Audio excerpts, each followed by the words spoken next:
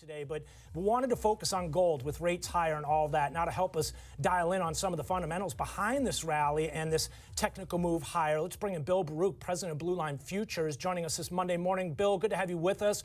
Gold at record levels. What's it telling us? It's always a pleasure to join you. Thanks for having me. Yeah, it's been an interesting move here. I mean, heck of a move. It's sort of the thing we've been waiting for since 2011. Now getting some real follow through. You've talked about rates. I think it's really interesting that we've seen rates continue to go higher and gold really continue to make this move. And you know, something I've been speaking of is you look out. There's obviously central bank buying. How is that central bank buying being concentrated? And we know that China is defending the Chinese yuan. They're selling dollars, buying yuan. As the yuan is at a really critical level. But if you look at BRICS, when you start looking at Brazil, Russia, India, China, South Africa, you know, is anybody selling treasuries, and are they turning around and buying gold? Is there something there with that? I mean, we do know that treasury supply is been, you know, coming from our government is weighing on the prices, but there's definitely been a sort of divergence here that we haven't seen before, and it's almost acting as a tailwind for gold here. So it should be interesting to see how this continues to play out with some big data this week in mind as well. Yeah, I just want to look at some of the price activity. I've got a side-by-side here now just to show you on the right side of the screen, 10-year yields, which have continued higher. On the left side of the screen, now not to the same extent that gold has, but you can see this run up here, gold in the face of higher yields. Now, maybe this is because the dollar hasn't participated. We're going to talk a little bit later about, I think that's why stocks have benefited throughout all of this, right? They've managed to shrug off higher yields because the dollar is relatively contained. But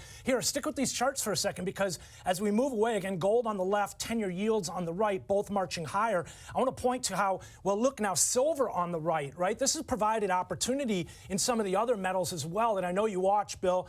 You've got silver, copper, right? There's some talk about China, and some of these industrial metals have benefited as well. Yeah. Oh, I'm not just watching. I'm trading. I mean, we run a metals fund here, so this is what we've been waiting for. It's really you know, sort of our Super Bowl. Now, yeah, I think a lot of this most recent leg did come after Chinese manufacturing data was a bit better than expected, and services were hanging in better too, as about a week ago over the prior weekend. And that gave us a tailwind into this week. And, you know, if you look back, 1910 was the high back in 2011. We had the low to 2015, which actually came like a day after the Fed actually hiked rates. You know, when they're going through that hiking cycle and then hiked rates back in 2015.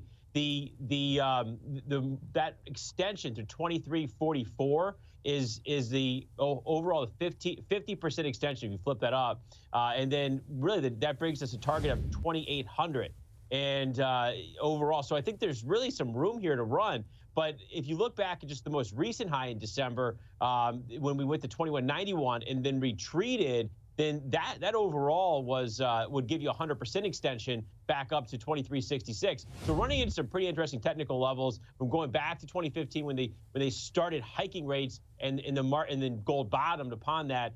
So there is these sort of divergences in historically where you think that the actual gold doesn't respond, because when yields are higher, the issue would be is storage costs, and gold is not a yielding asset. So when yields go higher, gold typically it acts as a headwind for gold. So that would be something here that really just these divergences are of the normal almost. Yeah, geopolitics, some of the other factors that have added to the bid, one could argue, have eclipsed the headwind that you talked about in terms of rates. And as I mentioned, the dollar really hasn't participated to the same extent. Here it is stuck at this 104 level, right in the middle of this 104 level. Hey, we just looked at gold holding above the 50, holding above the 200-day moving average, and the retreat we've seen away from those closely watched levels basically since, it looks like February, we've been above them. I want to take a look here because copper also, we mentioned silver, it's benefited. Copper, here's a look, it's been above the 50, and it's now inching its way back to levels we haven't seen since the beginning of last year. So something to watch there as well. This is even in the face of some of those comments from Janet Yellen, right, threatening some sanctions on China.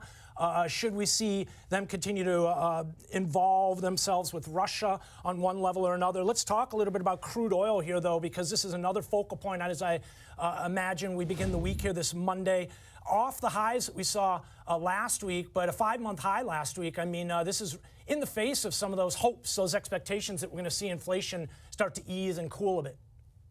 Yeah, and again, you're right. It's not just metals. I mean, there's a move here in commodities, and crude oil is definitely participating as well, trading above 87, hitting $87, and yeah, we're settling in a little bit. I think once we broke out above $83, there's a floor that could be defined there, and I'm really liking to think that that we could be basing out above there and really build this next leg. Now, we came out of the weekend, or came into the weekend, thinking that there could be some geopolitics in the overall lifting this market.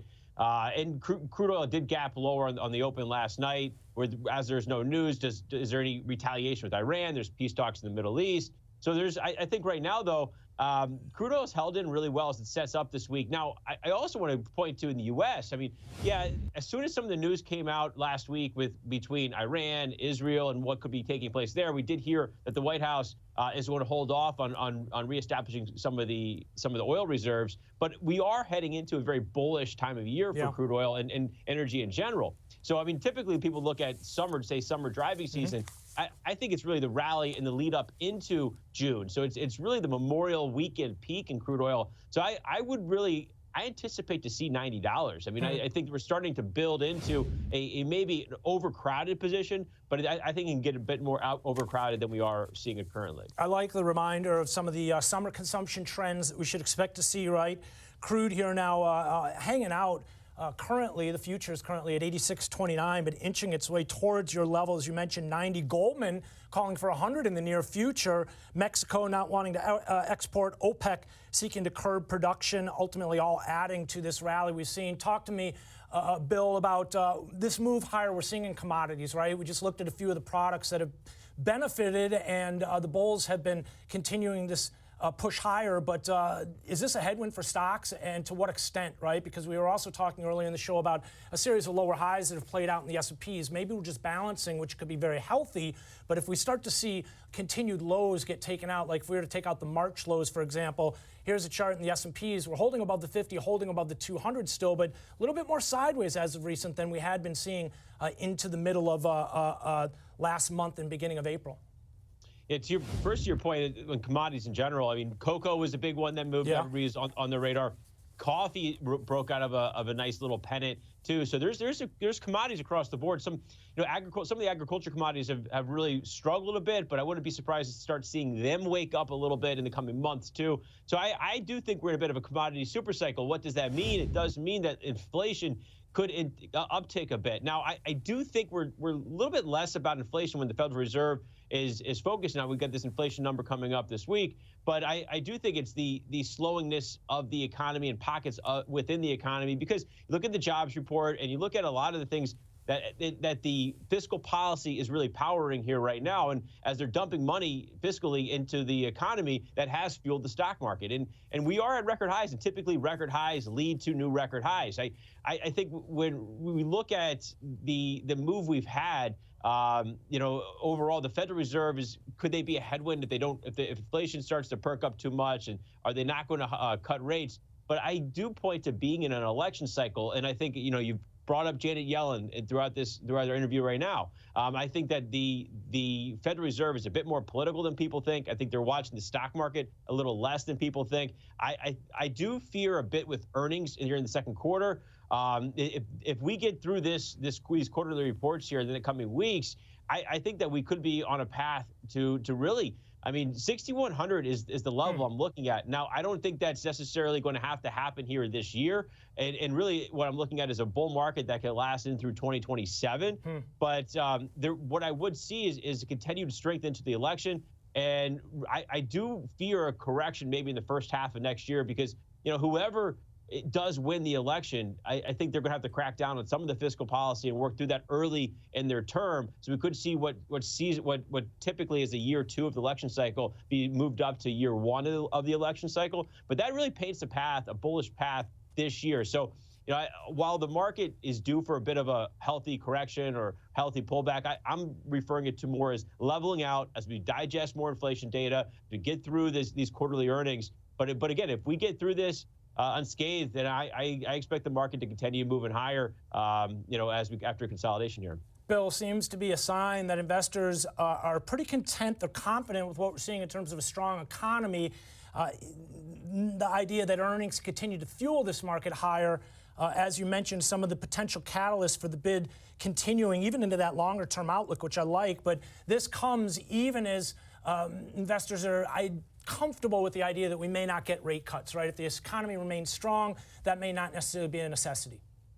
Well, even if we had 3 rate cuts from the Fed on the dot plot just a couple of weeks ago, go back a couple months, but there was 6 rate cuts priced into the market, and the market had to catch up or bring that down to the Fed. And if you look at it now, according to the CME Group's Fed Watch tool, it's really a coin flip for that 3rd cut, and it's not just after non-farm payroll. Yes, non-farm payroll did bring down what was a June cut odds from 60% to somewhere just below 50% now. But that 3rd cut through the end of the year was never fully priced in. It was just above 50, and it's hanging right below 50 right now. And I think that's really the important thing. The market has been able to hold up here, even if it's pulled back a little bit. I think some geopolitics last week and some air pockets last week as well. People even talked about the tax air pocket, and so. With tax season coming here to a head. But overall, I think the market's held up very well while the rate market, the Fed funds futures have priced out that 3rd cut even to a coin flip. So I think it's less about cuts. It's a little bit about the Fed, obviously, here. And if they take the cuts off the radar for the entire year, that's going to have an impact. Yeah. But the Federal Reserve, they want to cut rates. I think they have to bring it down here. I think politically it's going to be something, as well as these pockets within the economy. They know that the economy isn't as strong as it is, from on the surface here because of fiscal policy. And there's pockets that are going to struggle if rates remain this high. So I think that their goal is to get a cut in and find a reason to cut in June. I think they'll try and hold to that. But I overall think that we'll kind of just work through things, and it's going to be one of those sort of years where policy stays accommodative and Goldilocks as much as it could be. Proof positive, I think, of how the trend is your friend, right? Stick with the technicals in many ways. When you see these fundamentals that are somewhat counterintuitive to what you're seeing as far as price activity, it really speaks to the strength we've seen in the market and some of these moves across the board. Talking commodities, indices with Bill Baruch, president of Blue Line Futures. Bill, thanks for sharing part of your Monday. We're going to take a quick break.